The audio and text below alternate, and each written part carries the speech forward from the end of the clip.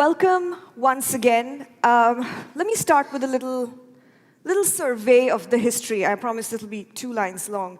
Back in the 12th century, the Lateran Council in Vatican City declared that crossbows and archery were an anathema to God. In the 16th century, we tended to think that poison bullets were more humane than ordinary bullets because, they killed faster.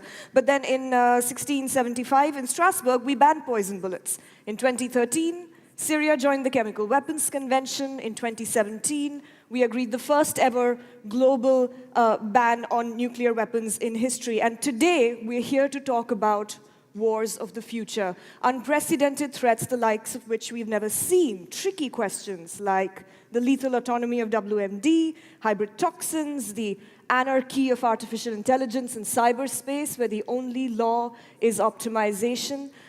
Ladies and gentlemen, we seem to be living in an age of global catastrophic risks. And from archery to now, the kind of weapons and risks that we've had to govern have become more and more catastrophic. New challenges are taking form around us, whether it is the 12-year emergency of climate change or weapons of mass destruction, and nothing short of new shapes is going to help us solve them. On behalf of the Global Challenges Foundation and the Geneva Disarmament Platform, it is my unmitigated honor to welcome all of you to this conference, the New Shape Forum 2019 in Geneva, Switzerland, and to be in this plenary room today with really the world's leading voices on not only disarmament, but complex thinking about governance. The forum this year, as I said, addresses a very complex and interesting and timely question, which is weapons governance.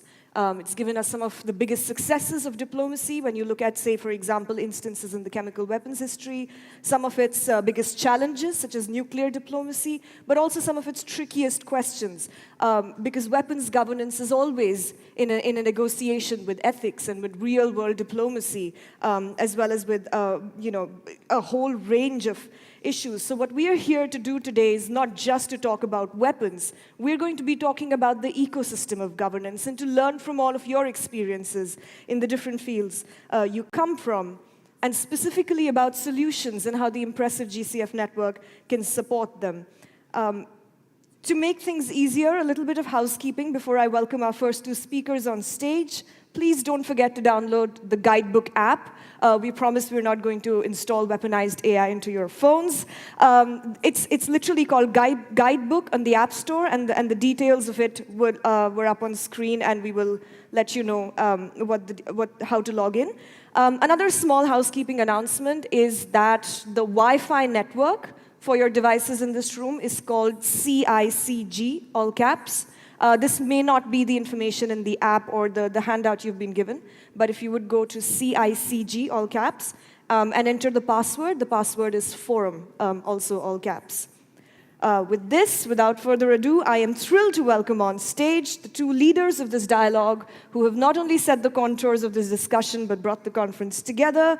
May I first introduce Mr. Jens Orback, Executive Director of the Global Challenges Foundation, who has come to GCF from a long and distinguished career in the government of Sweden, where he was Minister of Democracy, Urban Affairs, Integration, and Gender Equality, and he's been a prominent face of television journalism in Sweden as well. A huge round of applause for Mr. Orback. May I now call upon Mr. Richard Lennane as well. He is the Executive Director of the Geneva Disarmament Platform.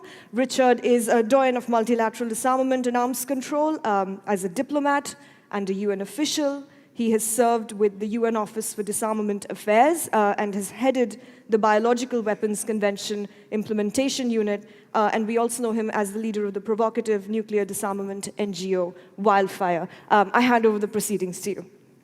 Thank you very much.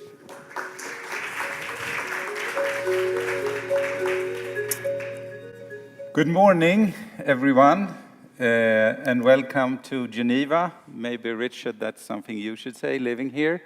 Some faces are familiar here, but we will be an extended family today with stakeholders from nation states, civil society, private sector, organization, and institutions. So very welcome to a city that is one of the major cities when it comes to international cooperation.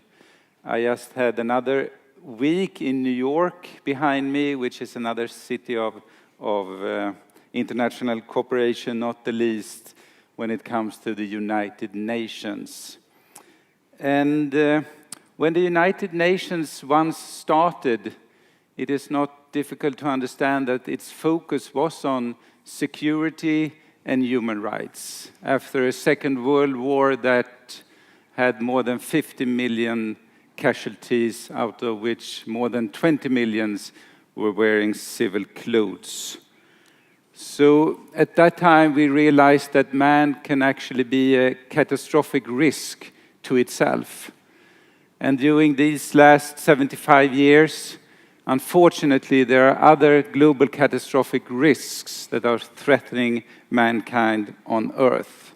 And that is the target for the foundation that I'm leading today, the Global Challenges Foundation, to see if there is a better way to mitigate global catastrophic risk. And that is a challenge in a time when interdependence between people are increasing at the same time as the support for multilateralism is actually decreasing. We can see that the rule-based system is having a lot of problem. The support for the international courts, ICJ, ICC, is weakening. The United Nations Security Council is too often blocked by a veto. The WTO is to some extent paralyzed. So upholding the law and the norms is a difficult time these days. And tackling specifically weapons governance, we can all see that the current arms control and disarmament regime is showing signs of deterioration. NPT, INF, Iran nuclear deal, nuclear ban treaty, all have a difficult time. And in addition to that, new risks with new technologies is on the horizon and is more or less ungoverned. So why are we here? From our point, we need a more inclusive and coherent weapons governance to mitigate those risks. And it's therefore very good to see that the weapons governance is engaging people from a broad part of the society. And we hope that these days will point out steps that we can identify, develop pathways where we can see some good ideas. And from the GCF, once again, just to know a little bit more about us, we are also supporting research when it comes to mitigation of global catastrophic risk, to identify the driving forces. If I would have asked the founder, Laszlo Szombat-Falvi, how we should deal with this, he would say, when it comes to conflict of interest, we solve that in politics. When it comes to disputes, we solve that in courts. Why can we do it also on the global field? That is actually the simple aim of our foundation. And how about the outcome? Well, it's you who decides the outcome. Whether you are from a nation state, here representing yourself, the private sector, international or institutions or organizations.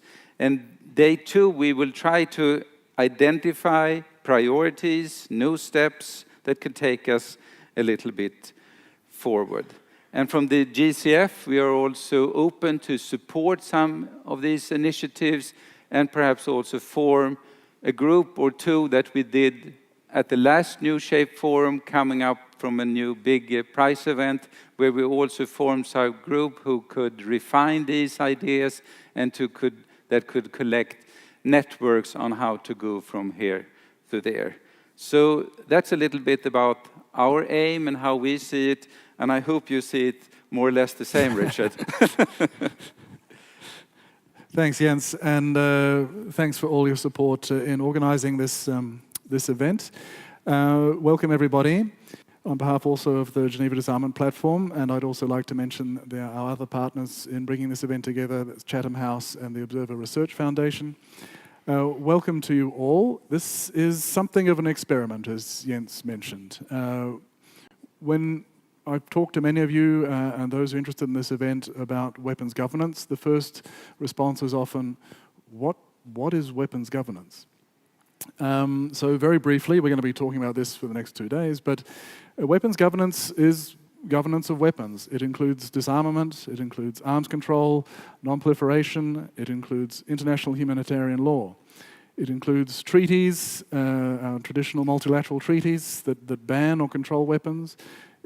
It includes international humanitarian law restrictions on the adoption or use of weapons in warfare.